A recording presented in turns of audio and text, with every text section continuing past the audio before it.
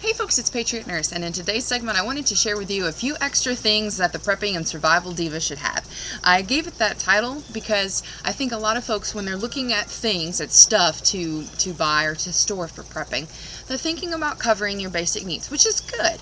But we need to understand that when we get past covering our basic needs, caring for our comfort and keeping our standard of living, those are really, really nice goals to have, especially when you're dealing with a stressful time. Nobody wants to be going through a stressful time externally, whether it's a natural disaster or an economic collapse or your friendly neighborhood zombie apocalypse. Nobody wants to go through difficult times and not have some comforts with them. So I have a few things that I have stored, and I just wanted to share with you guys because maybe not everybody has thought of them, and I just wanted to go ahead and give a little bit of coverage to them. The first thing on our Prepping Survival Diva list to store in quantity, can openers, right?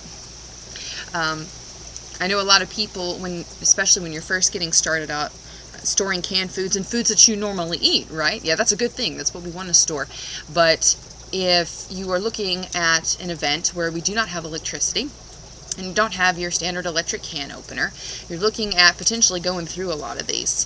I know when I first started out, I just used my regular can opener for an extended period of time just to see how long it would last. And I think I got through about a month before it got so dull that I was looking at expending a tremendous amount of energy trying to open it. So having extra can openers stored up is a good thing. Also, if you end up giving out charity, which I think is a very noble thing to consider doing when you're considering your prep work. If you're giving out cans of food to people, it's not going to do them much good unless they can open it. So you're talking about a 97-cent item at Wally World, or you can go to the dollar store. That's actually where I got this. Of course, you can invest money and spend it on a more glitzy one, but I'm all about quantity in this case to be able to have something to give out. Another thing to consider here is this fabric softener. This is actually from Melaleuca. I like Melaleuca products. You don't have to get Melaleuca, but the fabric softener is a good thing to consider when we're thinking about doing laundry and not having a dryer to dry our cotton clothes. If you've ever dried your cotton clothes outside air dry and you haven't used fabric softener, I'm sure you'll notice pretty quick that your cotton underwear and your cotton clothes, they get really, really scratchy, and I don't want to have to be dealing with that. So storing up fabric softener to be able to deal with that, liquid fabric softener to be able to wash in with your clothes, that's a nice thing because nobody wants to deal with scratchy clothes. Another thing here is our coffee. I store whole bean coffee because when you store ground coffee, it can go rancid because of the oxidative process. When you store whole bean coffee, it's also a good thing to store a way to grind your coffee. I know some people go out and buy old school manual crank coffee grinders. I don't do that. I just put my coffee beans in a bag and whack at them with a rolling pin or a hammer. I've done that before. It's a little bit more time intensive, but I don't want to be storing up dedicated items per se that I don't use every day. If I'm going to be spending money on something to buy to help me with my survival storage, I want to spend it on items that are going to have the maximum amount of applications. It's just the way that I budget my money. Feel free to buy your own manual coffee grinder. If you're going to store coffee, it's also a really nice thing to have a percolator. This is my Corningware percolator. I love this thing. I actually grew up with this. I had to buy my own because my sweet mother used ours to pieces because we camped a lot when I was a kid. But it has your stainless steel insert here. Having a percolator is really nice too because it makes a wonderful cup of coffee. Do not underestimate the power of a hot cup of coffee when you feel really bad. It's fair to say that if we're in a stressful situation, we're probably going to be low on sleep. If we're low on sleep, yes, caffeine is a drug, but it is such a nice drug at times. This is my organic French roast. Just a little note, coffee is one of the most heavily pesticided crops out there. So if you're looking at things to consider going organic, coffee is a nice one to tuck back there in your mind. These right here, I have a bag of tea lights. The tea lights, I like them because they have 1,001 uses.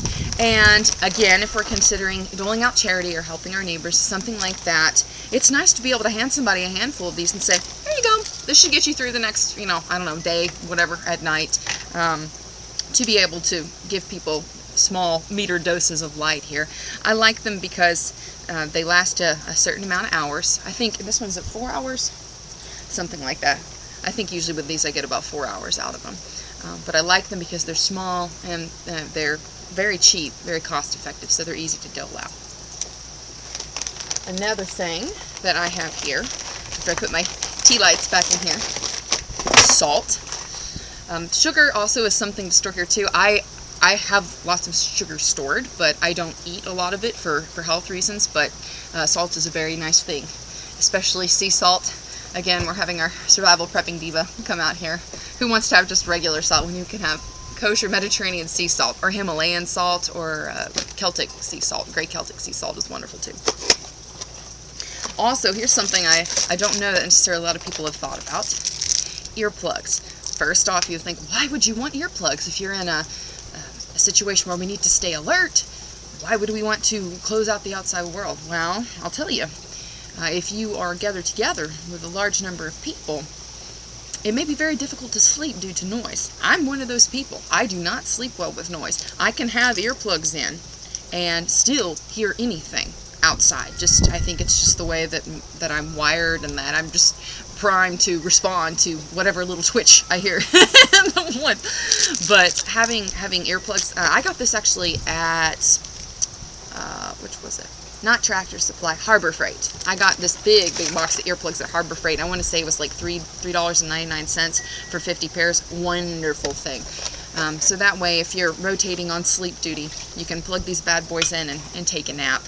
Also, it's fair to say that if you're anticipating having small, noisy little children at your bug out or in your survival group, that being able to shut out the noise at times and get sleep is a nice thing. The last thing that I have here, or the last two things that I have here, these are bar towels, but any dedicated rags will do. It's fair to say that if we are encountering a situation where we are anticipating doing more manual work, that we're probably going to get dirty more often. And also because if we are anticipating a situation where we don't have electricity and where we're looking at being in a survival type of situation, or certainly a more austere environment than what we're used to, we're going to need to keep our environment clean to prevent disease, but also for our own comfort. So I have, oh gosh, I have a bunch of these stored up, at least 4 dozen. Which actually you'll probably go through pretty quickly if you're cleaning and being more diligent with keeping your environment tidy. But bar towels have 1,001 uses, of course, like our tea lights. They can be used for mopping. They can be used for cleaning little faces. They can be used, actually, if they're clean, you can sterilize them and use them for bandages. There's a lot of uses for these. So storing bar towels and really even regular towels, that's a good idea also too. Whenever you go to the thrift store, look for large sheets, clean, mind you, large flat sheets, fitted sheets too. But those are a nice thing to store because they make for curtains. They can divide rooms and make good barriers for sleeping quarters. It's not a soundproofer, but it is a visual barrier. You can also, if need be, cut those into strips, cut the linens into strips to use for bandages also if you need to. So having towels and extra linen stored up is a very, very nice thing. And the last thing that I have here is a Skywatching guide. It is a book full of star charts. And at first glance, this might seem kind of frivolous, but I think we would be doing ourselves a disservice to not recognize that, especially in times of stress, decompression moments and moments to be able to sit back, relax, and receive and enjoy the surroundings, those are precious things. And we need to be honest about our needs for relaxation and our needs for diversionary fun activity, even in times of crisis. The body naturally will seek out times of rest, especially in stressful times when everything else around you is not what it normally is and that it's operating outside of your standard experience. The body will seek out times of rest and times of relaxation. So we need to honor that need. We need to go with the flow, and I think it's fair to say that if we are experiencing a situation where we don't have electricity, we've experienced an EMP or a massive power outage, our light pollution is probably not going to be there as much. So the stars are hopefully going to be out, and it's a good thing to be able to sit back and experience wonder, rest, and joy in a time where everything else around us is spiraling or certainly not comfortable. So This is a pretty brief segment. Just wanted to share some fun things with you guys to store today, and I hope it's been helpful for y'all. Wanted to let you know that my upcoming Patriot Nurse class in Lexington, Kentucky will be November 18th, so we are 1 month away, and spots are filling up fast. So if you're kind of sitting on the line, go ahead and make your way on over to the website, www.thepatriotnurse.com, and sign up today. Also, I will be holding a class in Knoxville, Tennessee, on Sunday, December 9th in Knoxville, Tennessee. And the next class will be in January, sometime in late January, probably in Philly. Then in February, I'll be having a class in Fort Lauderdale.